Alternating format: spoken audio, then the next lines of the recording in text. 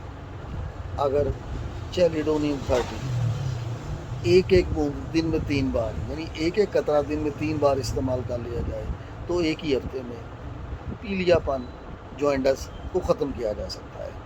یہ بات نوزائیدہ بچوں میں ہو رہی ہے۔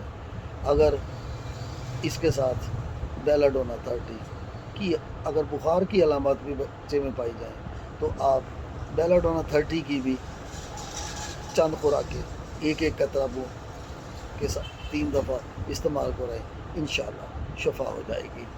اللہ سب کو صحت اور سلامتی سے رکھے، آمین۔